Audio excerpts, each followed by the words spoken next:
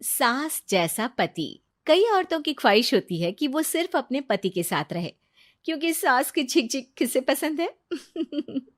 एकता की सास साथ नहीं रहती, सिर्फ पति और वो। लेकिन क्या है एकता की जिंदगी बिना सास के? देखिए। अरे, अरे एकता, क्या है? रोज लेट उठती हो। कभी तो वक्त पर उठा करो। हाँ लेकिन उठना क्यों है वक्त पर? 8 बजे तो उठ जाती हूँ मैं। देखो एकता, ये नहीं चलेगा। सुबह 6 बजे उठा करो। खाने में थोड़ी वैरायटी बनाओ और घर को साफ सुथरा रखो ना। अरे अरे अरे, जो मुंह में आ रहा है बोले जा रहे हो। क्या मेरा घर गंदा रहता है? कितना साफ रखती हूँ। खाने में भी हमेशा मैंने अच्छी चीजें बनाई हैं। अब फिर ये 6 बजे उठने की जिद क्यों? देखो, मैं नहीं जानता। बस 7 बजे तक घर के मंदिर में दिया जल जाना चाहिए। एकता बेचारी करती भी क्या, पति की बात माननी भी तो जरूरी होती है। एक दिन एकता सुबह पूजा करके पति को प्रसाद देने कमरे में जाती है, तो पति अपनी माँ से फोन पर बात कर रहा है। हाँ माँ, मैंने तो साफ बोल दिया। सुबह 6 बजे उठना है, नहा कर ही किचन में जाना है और 7 बजे तक मंदिर में दिया जल जाना चाहिए। आ रही होगी चाय लेकर। चलिए मैं रखता हूँ माँ, बाय। बेचारी एकता ने पति का ये रूप तो सोचा ही नहीं था। वो पति से कहती है, सुनिए, अब सारा काम हो चुका है घर पर, क्या करूं? मुझे कुछ देर के लिए मेरी सहेली सौम्या उसके घर छोड़ दीजिए। अरे कैसी बात करती हो कि घर पर कुछ काम करने को नहीं है? होली आ रही है, बाजार से आलू ले आओ, पापड़ बनाओ, नमकीन बनाओ, दही बड़े बनाओ। सब कुछ आज ही बनाना है? अरे अब मन कर रहा है कि सहेली के घर जाऊं तो जाऊंगी ना मैं। आप नहीं ले जाएंगे तो कैब से चली जाऊंगी। अरे अरे, ये क्या बात होती है? चलो ले जाता हूँ तुम्हें। तैयार हो जाओ जल्दी से। कैब की धमकी तो ऐसे दे रही हो जैसे माँ ने दरवाजे में कैब खड़ी कर रखी हो, विथ ड्राइवर। बढ़िया आई कैब वाली। हाय रे एकता की किस्मत।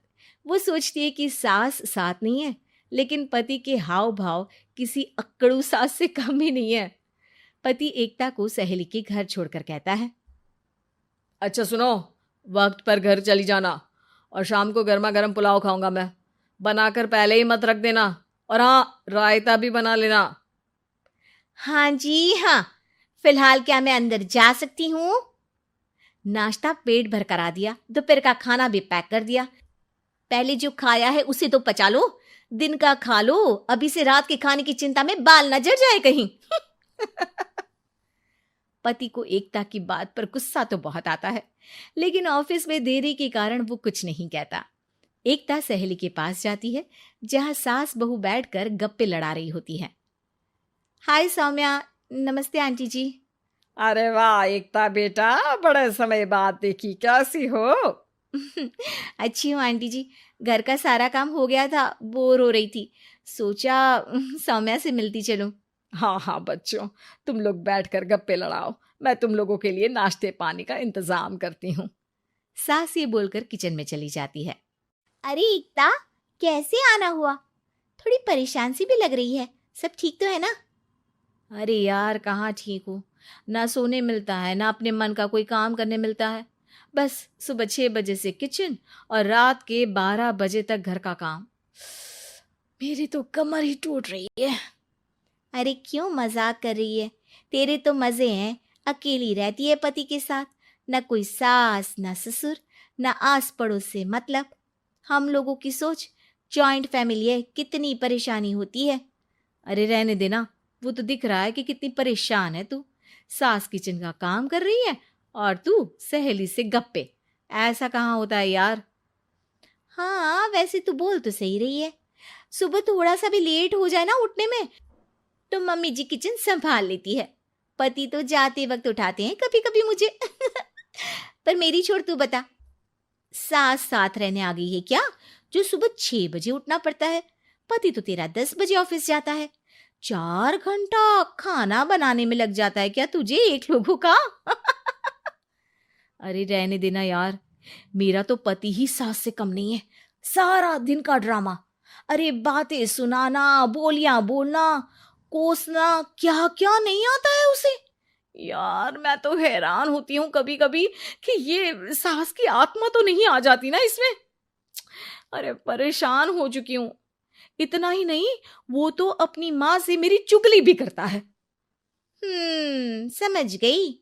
मतलब तेरे पति की गाड़ी चल यहाँ रही है, लेकिन रिमोट तेरी सास के पास ही है। अरे अब जो समझ, रिमोट है या कंट्रोल है, बस मेरा तो मुश्किल हो रहा है यहाँ रहना। सोच रही हूँ 2-4 महीने के लिए मायके चली जाऊं। क्या करेगी?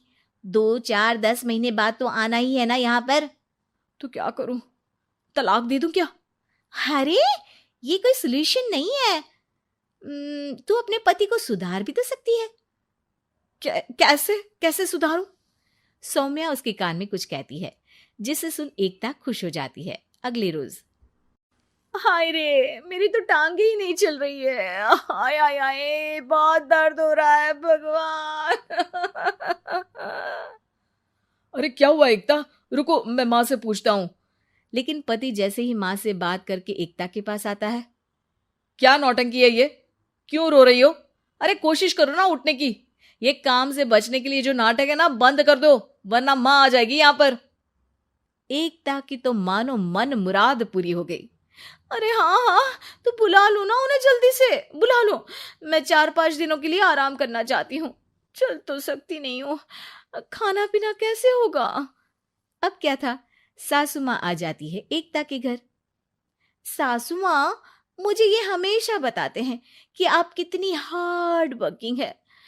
बस अब अगले 15 दिनों तक मैं आपको देखूंगी और आपकी जैसी ही बनूंगी। ये बता रहे थे कि आप 5 बजे सुबह उठ जाती हैं और अरे बेटा, कुछ ज्यादा ही नहीं बता दिया तूने।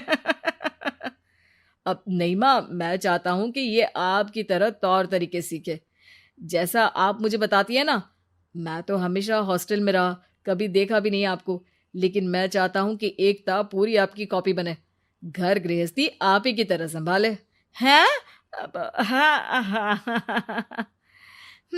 तो अब माँ जी यही है, तो क्यों ना कल से शुरू। लेकिन अगले दिन सास 9 बजे सोकर उठती है। बेचारा बेटा बाहर से खाना मंगा कर खाता है। शाम को घर आता है तो सारा घर बिखरा रहता है। अरे माँ, ये घर इतना बिखरा क्यों है?